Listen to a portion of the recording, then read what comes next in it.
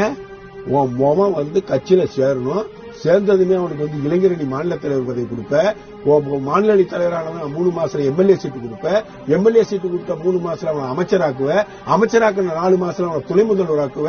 உன் புள்ளெல்லாம் வந்ததுமே உச்சாணி கொம்புக்கு போகணும். ஒருத்தன் கட்சி ஆரம்பிச்சு அடிப்படையில இருந்து நடிகனாக இருந்து பாடுபட்டு இந்த மக்களை மகிழ்வித்து ஒருத்தன் கட்சி ஆரம்பிச்சு அவன் ஃபீல்டுல இன்னும் 20 ஆண்டுகள் கோலோச்ச முடியுங்கிற நிலையை துறந்து விட்டு கட்சி ஆரம்பிச்சு இங்க நான் அடுத்த ஆட்சிக்கு வருவேன்னு சொல்றான். அவனுக்கு ஒரு சப்போர்ட் மக்கள் செல்வாக்கு இருக்கு அப்படிங்கிற நம்பிக்கையில சொல்றான். அத வந்து நேத்தி கட்சி ஆரம்பிச்சவன் இன்னைக்கு ஆட்சி வரும்னு நினைக்கிறான். நேத்தி தானே வந்து அவன் நேத்தி தானே வந்தார் உதயநிதி ஸ்டாலின். அவனுக்கு என்ன இன்னைக்கு வந்து துணை முதலமைச்சர் பதவி? அது மட்டும் ஏன் உன் மொமன் வந்து கட்சியில சேரணும், சேர்ந்ததுமே அவனுக்கு வந்து இளைஞரணி மாநில தலைவர் பதவி கொடுப்ப, மாநில அணி தலைவரானவன் 3 மாசத்துல எம்எல்ஏ சீட்டு கொடுப்ப, எம்எல்ஏ சீட்டு கொடுத்த 3 மாசத்துல அவனை அமைச்சராக்குவ, அமைச்சராக்குன 4 மாசத்துல அவனை துணை முதல்வராக்குவ.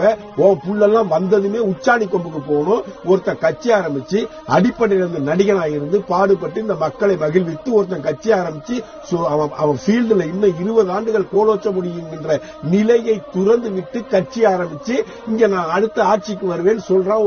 அவனுக்கு ஒரு சப்போர்ட் மக்கள் செல்வாக்கு இருக்கு அப்படிங்கிற நம்பிக்கையில சொல்றான். அத வந்து நேத்தி கட்சி ஆரம்பிச்சவன் இன்னைக்கு ஆட்சி வரும்னு நினைக்கிறான். நேத்தி தானே வந்து அவன் நேத்தி தானே வந்தார் உதயநிதி ஸ்டாலின். அவனுக்கு என்ன இன்னைக்கு வந்து துணை முதலமைச்சர் பதவி?